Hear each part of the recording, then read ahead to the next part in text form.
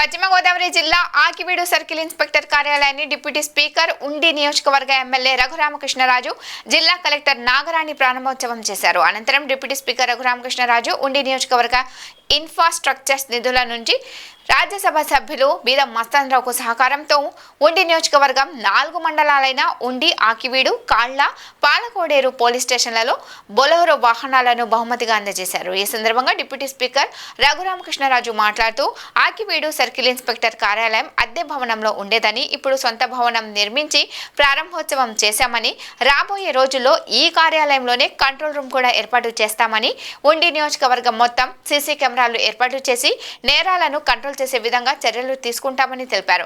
ఈ కార్యక్రమంలో Eluru range IG Ashok Kumar, పశ్చిమ గోదావరి జిల్లా ఎస్పీ అద్నాన్ నయీం అస్మి, డిఎస్పీ జయసూర్య, జిల్లా పోలీస్ యంత్రాంగం పాల్గొన్నారు.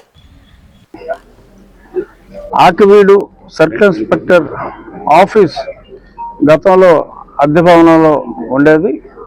ఇప్పుడు ఒక పర్మనెంట్గా వారికి ఒక భవనాన్ని కేటాయించి లోపల కంట్రోల్ రూమ్ కూడా రాబోయే రోజుల్లో నియోజకవర్గం అంతా కూడా సీసీ కెమెరాలతో సుమారు 800 నుంచి 1000 కెమెరాలతో ఎక్కడ ఎటువంటి క్రైమ్ జరిగినా, అంటే ఇన్ని కెమెరాలు ఉంటే క్రైమే జరగకపోవచ్చు, ఒకవేళ జరిగినా కూడా ఇమ్మీడియట్గా పట్టుకునే విధంగా పకడ్బందీగా ఆ సీసీ కెమెరాల ఏర్పాటు. దానికి మళ్ళీ ఈ సర్కిల్ పరిధిలో ఉన్న 3 పోలీస్ స్టేషన్ల నుంచి ఇన్ఫర్మేషన్ ఇక్కడ ఈ సెంటర్కి వచ్చేలాగా ఏర్పాటు చేయడం జరిగింది.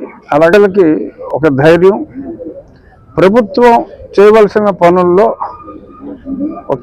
పోలీసింగ్ అనేది most important for a civilised society. Good policing ఉండాలి.